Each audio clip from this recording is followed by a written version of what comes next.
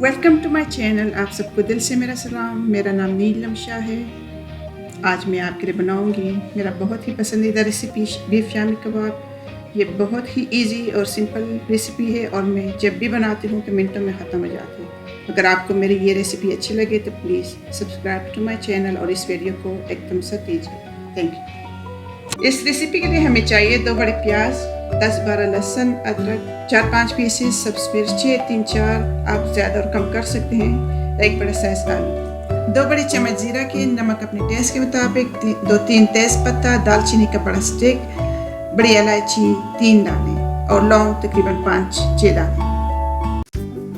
यहाँ पे 1.5 कप दाल मैंने रात से भिगो के रख ली था। अगर आप लोगों के पास टाइम ना हो तो 2-3 घंटे पहले भी आप लोग भिगो के रख सकते हैं। यहाँ पे दाल हम अच्छी तरह वॉश कर लेंगे जब तक साफ पानी ना आए। और यहाँ पे हम गोश्त भी बहुत अच्छी तरीके से धो लेंगे। तकरीबन 4 कप पानी डाल के गोश्त में और सारे मसाले डाल के और उसको पकने के लिए डाल दीजिए। ऊपर ढकना रख दे और स्लो हीट पे पकने के लिए छोड़ दे।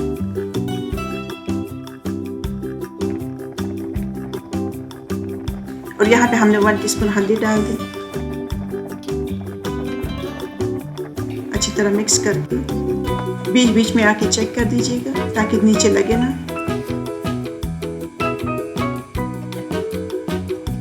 वापस ढक दी।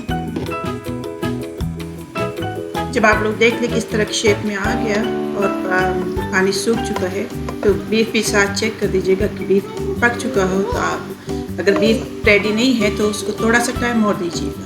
और यहाँ पे अब रेडी हो चुका है तो आप सारा साबुत मसाला निकाल सकते हैं। जब हम बीफ को मिक्सी में डालेंगे तो 1 कप धनिया पत्ता, 2 बड़ी चम्मच पुदीना के साथ डाल दें।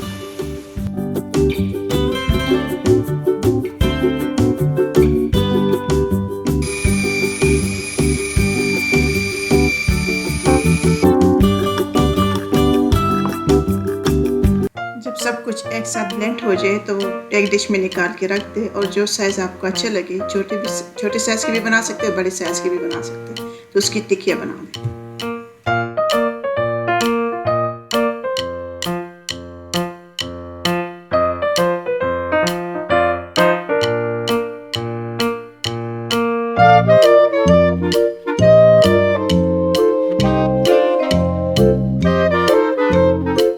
अंडे को अच्छी तरह फेंट कर शामी कबाब को अंडा लगाकर हम शामी कबाब को शैलो फ्राई कर लेंगे।